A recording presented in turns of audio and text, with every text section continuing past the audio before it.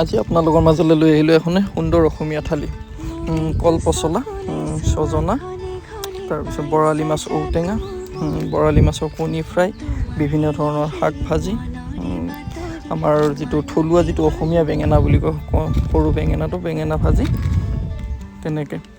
ছজনাখিনি মই বনোৱাৰ আগত আমাৰ যিটো বগা সৰিয়হ আৰু পিঁয়াজ নহৰু আদা তেনে মিক্সিত পেষ্ট বনাই ল'লোঁ। ছজনাখিনি প্ৰায় 10 মিনিটমান ফ্ৰাই কৰাৰ পিছত পেষ্টটো কেৰাহীত দি দিলোঁ লগত। তাৰপিছত নিমখখিনি আপোনালোকৰ পৰিমাণ অনুসাৰে আমাক যিখিনি লাগে সেইখিনি দি দিলোঁ।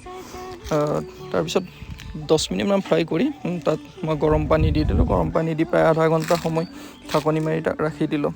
আধা ঘণ্টাৰ পিছত মোৰ ছজনা সম্পূৰ্ণ ৰেডি হৈ গ'ল আৰু সুন্দৰ অসমীয়া আমি মানে কলপাতত বহি আজি আমি একেলগে অসমীয়া থালিখন আমি খালোঁ। নেক্সট টাইমত আপোনালোকে দেখিব বৰালি মাছৰ ঔটেঙা মই কেনেকৈ বনাইছিলোঁ।